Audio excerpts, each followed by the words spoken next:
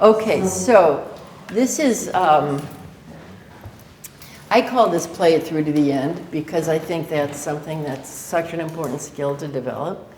And it's what people in recovery need to do and don't do. And it's part of that prefrontal cortex shutting down. Because one of the functions of the prefrontal cortex is to strategize, to play things through to the end, to understand consequences. So we have to re-educate that in clients. So what we'll do is a client will say this is, a year out, or maybe 6 months out of treatment. 1 year out of treatment, 3 years out of treatment. Now these can represent any time that you want. But what you're doing essentially is, let me have can you come, Ben, for just a second? And you'll be my sort of stand-in and I'll walk you through this. We won't be doing work exactly, but you'll sit in the chair of, first of all, if I do not embrace recovery, this is where I'll be in 6 months. Have a seat. And just give us a sentence of where you think you'll be in 6 months without recovery. And pretend you're a client. 6 months without recovery? Yeah. Without if you I would definitely be, I would relapse. Yeah. I would relapse. A year out without recovery? Probably at this point, I will have I would have no employment, probably unemployable at this point. Anything else? We'll probably have pushed a lot of my loved ones away, isolated, in the grips of my addiction. Okay. About a year. Yeah. Perfect. 3 years out? Well, 3 years out, homeless, just totally isolated, no family, just engaging in a lot of illegal activity. Just basically chasing my tail. Thank you. Going nowhere fast. Beautiful. Now on this side.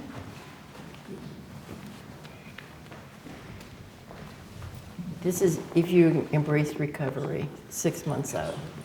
6 months out of recovery, 6 months out of treatment. Probably my first job in a long time. Some family support coming back into my life. Just employed, family support, not only family support, but a sober support network. Just hopeful and more than likely starting to see how good life could be. Okay. 3 years out. No, sorry, 1 year out. 1 year out.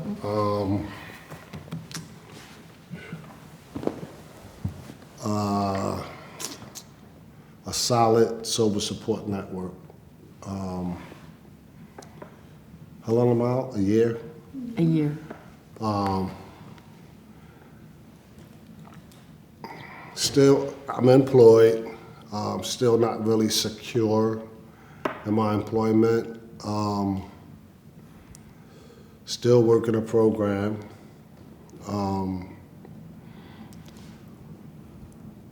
Even more family support at this point. Realizing how far my addiction had taken me.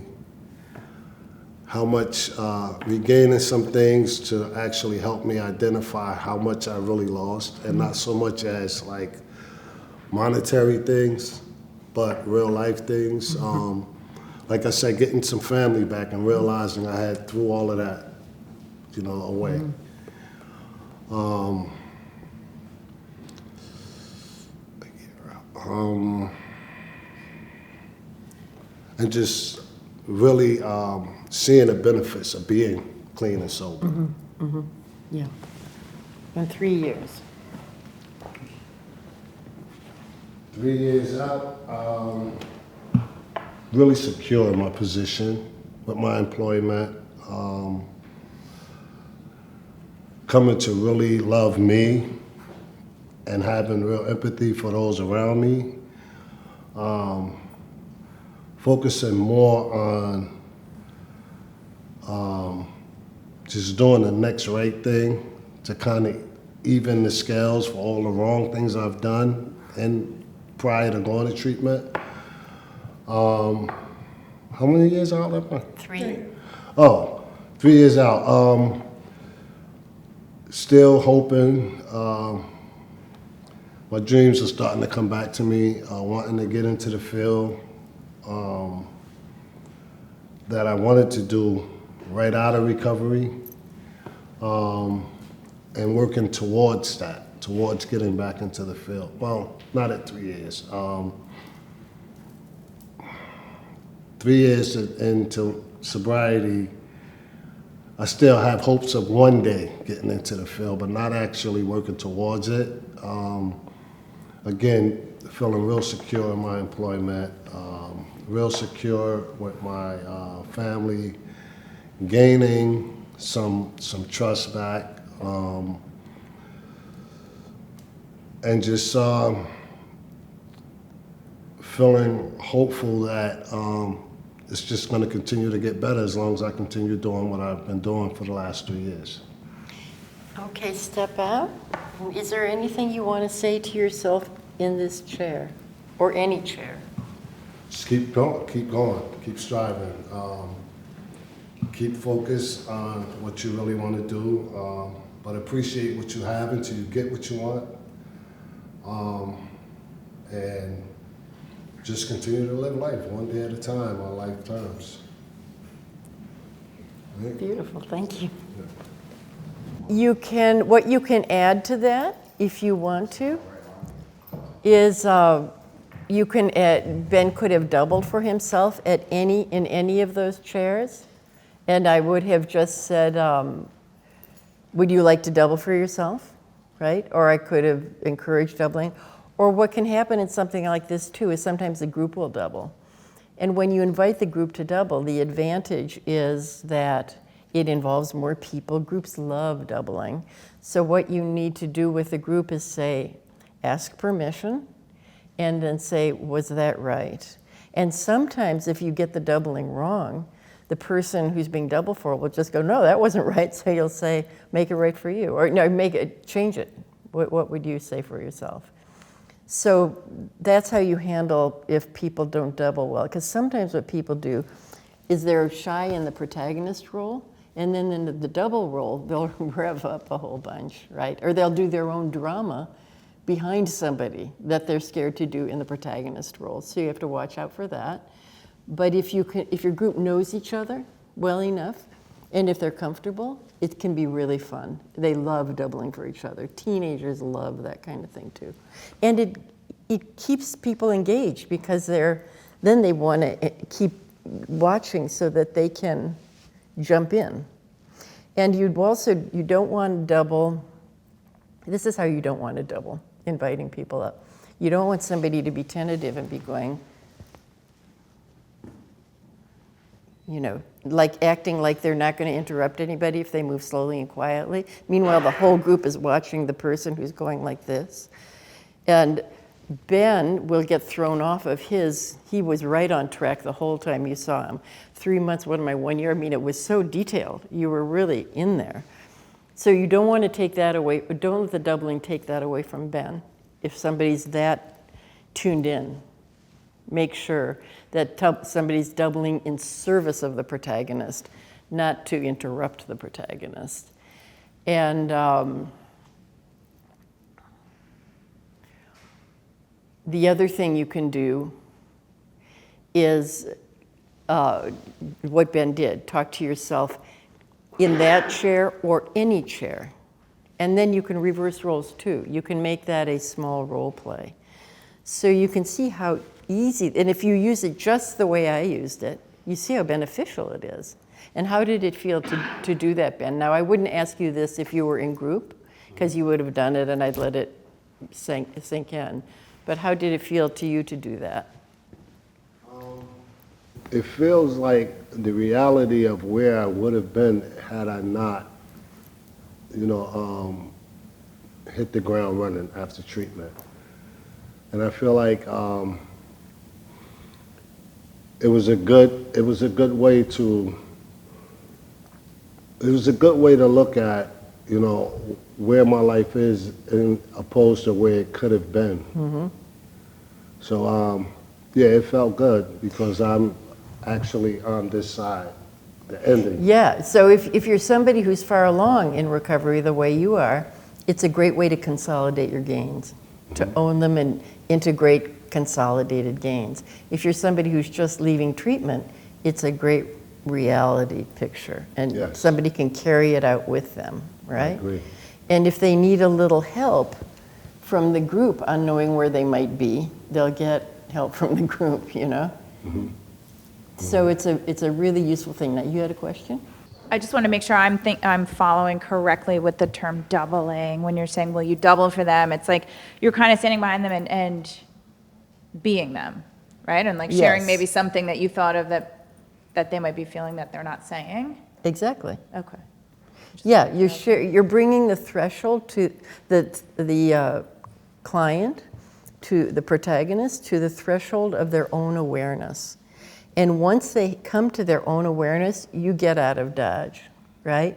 Then if you keep doubling after that, you're taking over the protagonist role, which is diagnostic.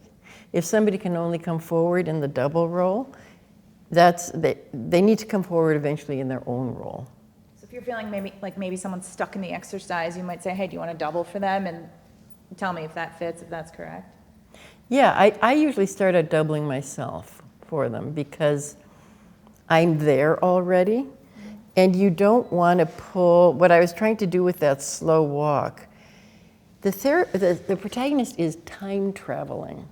So if people double too late, they pull the protagonist out of this trance state that they're in, and they make them go backwards or forwards in time. What you need to really tune into, and this is why it's so important for you to be the protagonist, the training you got being protagonist today is the best training you can get, because you will recognize when you're directing that, oh, got it, you know how it feels to time travel. You know how intense this is. And do be the protagonist before you try ever directing anything, because in psychodrama training, you're the protagonist hundreds of times before you get a certificate to do this. But what I find in addiction treatment centers is you work in the front lines every day. So you, more than any group I've ever trained, know where things slot in.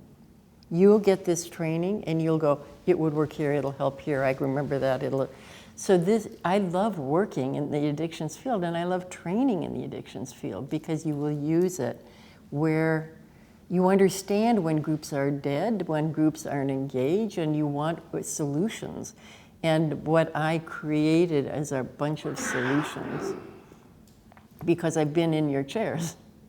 And I know what it's like to look around the room and everybody's going like this, and you can't get them out of their chairs, and you can't get them, and you just don't know what to do. And that's why I created the Frozen Moments Social Atom. I ran into that same problem. I got to be known as a trauma expert before I ever thought of myself as being a trauma expert, but I'd go on the road and I'd be in these different states. People would come up and work out their trauma and they'd freeze. We'd put up a social atom, they'd freeze.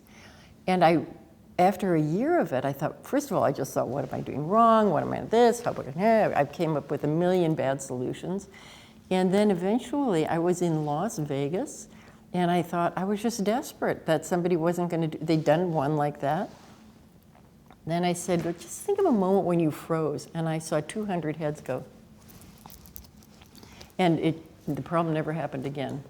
So if you get somebody to partner with themselves in a moment when they froze, when they know they froze, they're standing up and saying, I want to look at this with the support of the group and the therapist, instead of, I want the therapist to mend my trauma, right? I want the therapist to figure this unfigure-outable thing for me. So it's a subtle way of getting your clients on board with you. And that's what we're doing. Just to wrap up, we're connecting people with themselves and with the capacity for connection. We're reconnecting the self, the inner self, the shut down self, the self that you've dissociated, so that reconnection, and that floor checks are great for that. You choose the feeling, you name the feeling, you share the feeling, you listen to other people share the feeling. It's a very slow process. There's structure, there's rhythm, there's novelty, and there's fun. People laugh, people giggle, people cry, people pat each other on the backs, and there's movement. So play with these.